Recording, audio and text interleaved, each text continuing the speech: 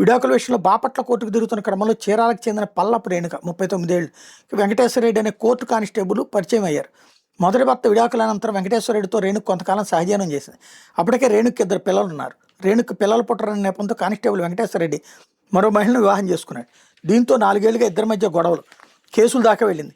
పొన్నూరులో పనిచేస్తున్న సమయంలో ఇదే వాదంపై సస్పెండ్ అయిన వెంకటేశ్వర రెడ్డి ప్రస్తుతం గురజాల విధులు నిర్వహిస్తున్నాడు. 4 ఏళ్ల క్రితం నమోదైన కేసులో శాఖాపరమైన విచారణ నిమిత్తం మంగళవారం సాయంత్రం క్రోసూరు సీఐ సురేష్ ముందు ఇద్దరు హాజరయ్యారు. సాయంత్రం 6 గంటల సమయంలో అల్పాహారం తిన్న తర్వాత రేణుకకు ఫిట్స్ రావడంతో మొదటి అంతస్తు నుంచి కింద పట్టడంతో తీవ్ర గాయాలయ్యాయని పోలీసులు పేర్కొన్నారు. వెంటనే మంగళగిరి ఎయిమ్స్కి తరలించారు. చికిత్స పొందుతూ బుధవారం మృతి చెందింది. రేణుక మృతి మీద బంధువులు మంగళగిరి ఎయిమ్స్ మార్చురీ వద్ద ఆందోళనకు దిగారు. రేణుకను పోలీస్ స్టేషన్లో కానిస్టేబుల్ వెంకటేశ్వర రెడ్డి కొట్టడంతోనే మరణించిందని ఆరోపించారు. రేణుకు కింద పడిన వెంటనే ఎందుకు కుటుంబ సభ్యులకు సమాచారం ఇవ్వలేదని, మంగళగిరికి ఎందుకు తీసుకొచ్చారని ప్రశ్నించారు. కానిస్టేబుల్పై హత్య కేసు నమోదు చేసి శిక్ష పడేలా చేయాలని డిమాండ్ చేశారు. ఈ క్రమంలో బంధువులు, కుల సంఘం నేతలతో పెదకూరపాడు, అచ్చంపేట సీఎలు చర్చించారు. మంగళగిరి ఎయిమ్స్ వేదికగా హైడ్రామా నడిచిన అనంతరం సాయంత్రానికి పోలీసులు మృతురాలి తల్లిదండ్రులు మాట్లాడుతున్న వీడియోని మీడియాకు విడుదల చేశారు.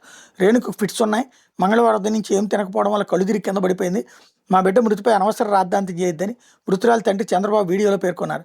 ఈ మేరకు మృతురాలి తండ్రి ఇచ్చిన ఫిర్యాదు మేరకు కేసు నమోదు చేసి దర్యాప్తు చేస్తున్నట్టు పెదకూరపాడు పోలీసులు మీడియాకు చెప్పారు.